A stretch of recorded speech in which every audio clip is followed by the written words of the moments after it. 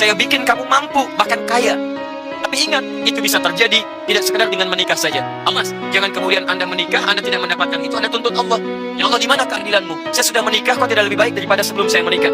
Mungkin ada ketentuan yang tidak Anda ikuti. Apa itu? Min fadli.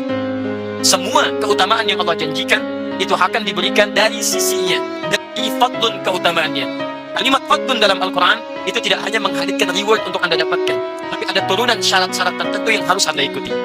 Nah, itu ketika Allah sampaikan kalimat fadlun, fadlun, fadlun, itu selalu bersanding dengan amalan dan ketentuan-ketentuan yang berlaku. Jadi cukup dan kaya dalam rumah tangga, syarat ketentuan berlaku. Mari kita ambil beberapa contohnya. Kita ingin mendapatkan fadlun bersama para nabi, bersama orang saleh, siddiqin, syuhada. Apa amalannya? Ketika Allah mengatakan dzalika fadlun, ini adalah keutamaan dari Allah. Apa amalannya? Wa may daha wa rasul, taati Allah dan Rasul. Allah dan Rasul. Allah berikan hukum, ikuti. Rasul tuntunkan, ikuti.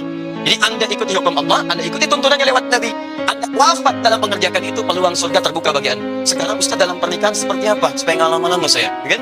Baik, apa hukum fardun di sini yang harus saya ikuti amalannya, sehingga dengan itu saya bisa mendapatkan janji Allah yang dijanjikan.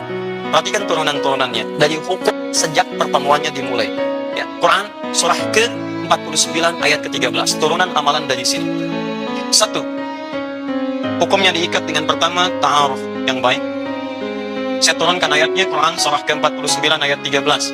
Kemudian terjadi lamaran di Quran surah ke-4 ayat yang ke-4. Terjadi pernikahan di Quran surah ke-30 ayat ke-21.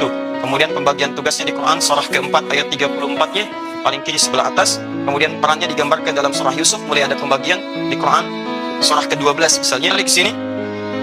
Ini jangan khawatir tentang rezeki, karena rezeki sudah saya atur di Quran surah ke-22, surah 51 maaf, Quran surah 51 ayat ke-22. Dan ini sudah diturunkan ke bumi di Quran surah kedua ayat 29. Cara mencarinya yang ini.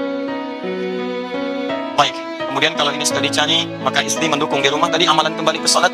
Apa kaitan dengan salat? Ada jaminan nanti dipercepat karirnya dengan baik di Quran surah ke-17. Ya, ayat ke-79 sampai dengan 80. Ini tentang tahajud. Orang tahajud diberikan banyak kemuliaan di sini. Dan tingkatkan lagi takwa dengan amalan lainnya supaya rezeki dipercepat dari sisi yang tidak diduga. Quran surah 65 ayat 2 sampai dengan ayat ketiganya. Kalau percaya silahkan amalkan. Antum amalkan, persiapkan dengan ayat-ayat ini, terjadilah apa yang terjadi.